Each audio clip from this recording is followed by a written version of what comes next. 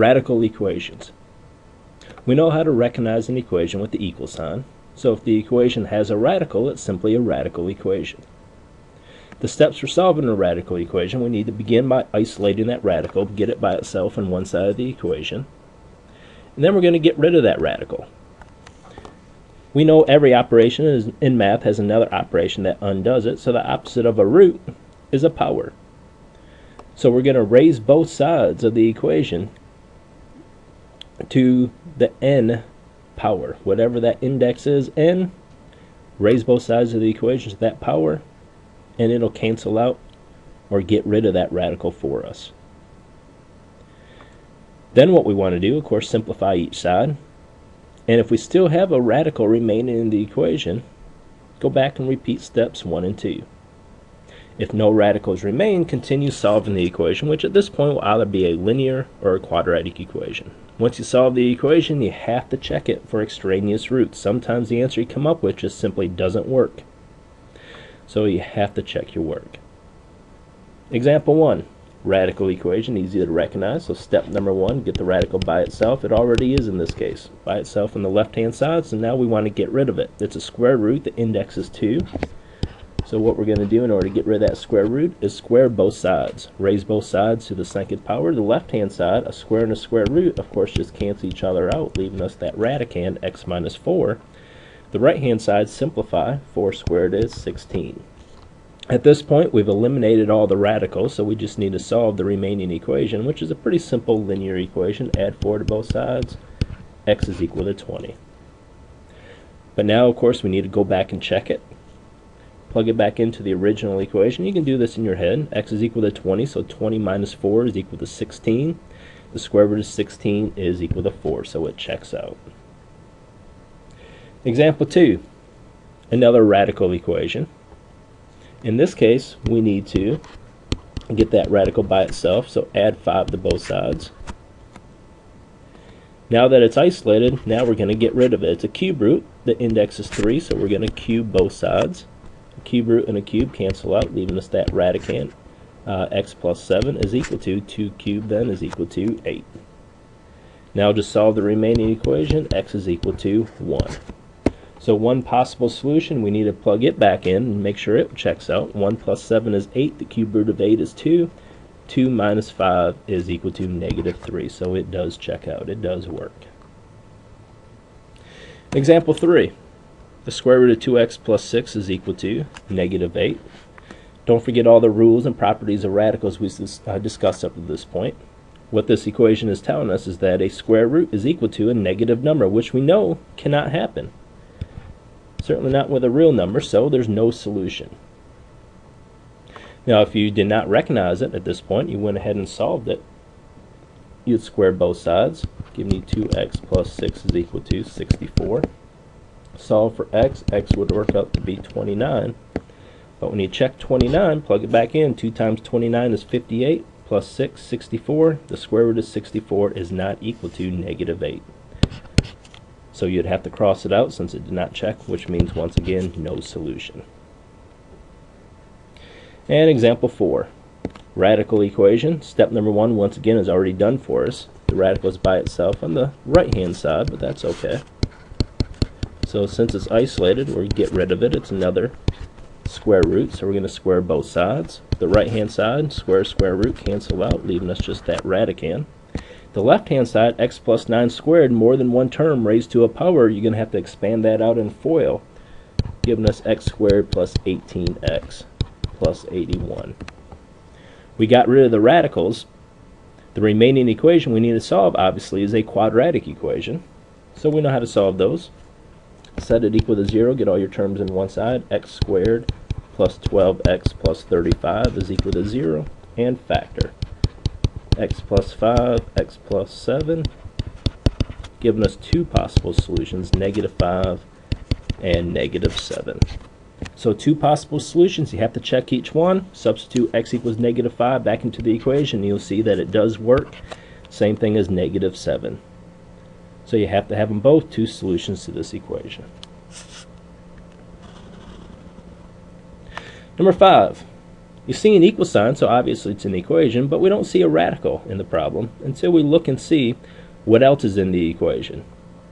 A fractional exponent we know is a radical, it's just in exponential form. So it may help us, since most people probably prefer radical form, is just to convert it into radical form, what we've already done earlier on in the course. So put it back in the radical form, and then of course we see we need to isolate that radical. And now get rid of it, another square root, so square both sides,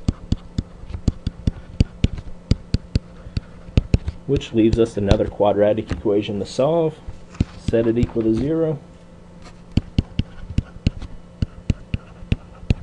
and factor.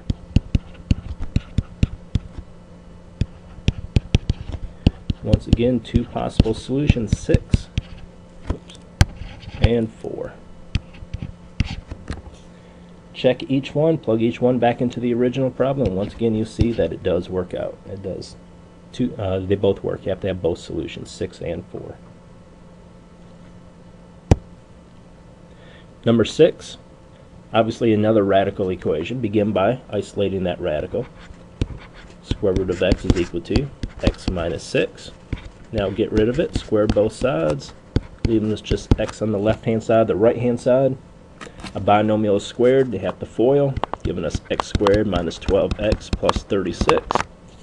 We got rid of the radicals, just solve the remaining equation. Set it equal to 0, 0 is equal to x squared minus 13x plus 36.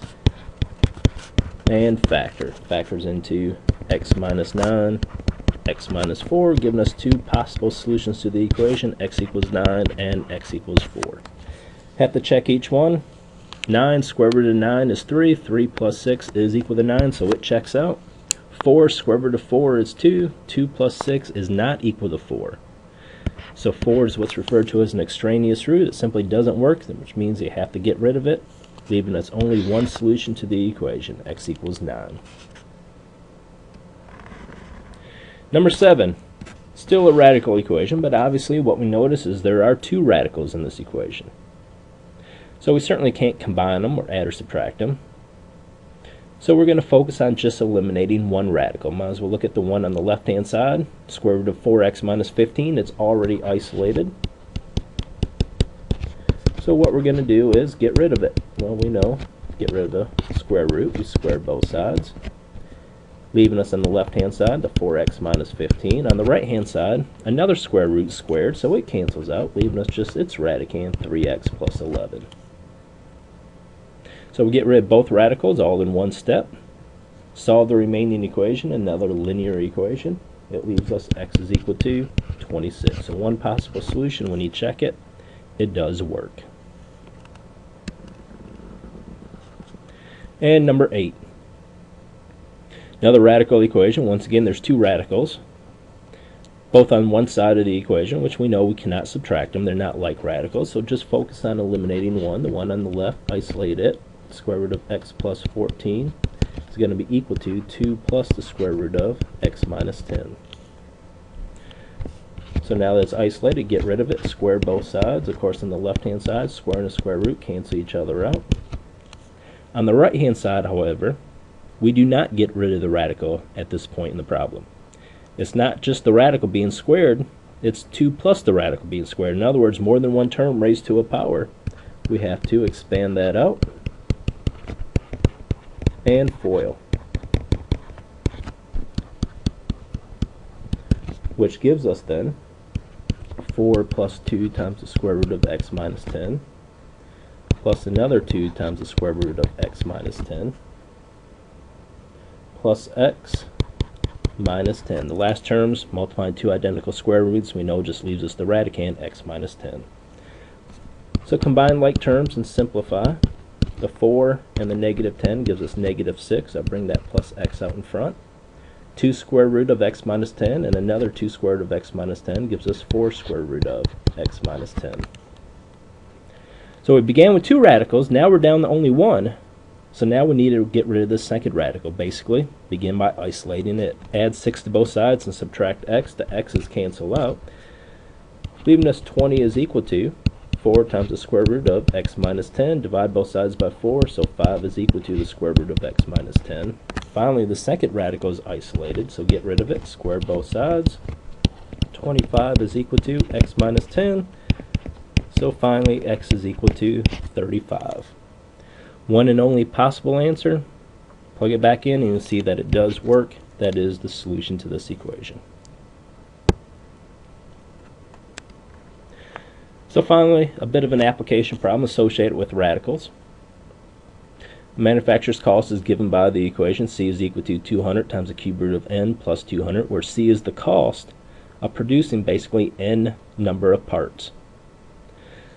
So not much of an application problem, since usually the most difficult part of an application problem is coming up with your own equation. In this case, the equation is given to us. We just have to make sure we have a clear understanding what it stands for, what the variables represent. N, the number of parts being produced, C is the cost. So what we're asked to do is find the cost. So in order to solve for C, we have to substitute something in for the other variable, N, and that's exactly what we're given. N represents the number of parts, which is 343, so C is equal to 200 times the cube root of 343 plus 200. Well, it just matters simplifying. The cube root of 343 is 7. So 7 times 200, 1400, plus that constant 200. The cost of producing 343 items, $1,600.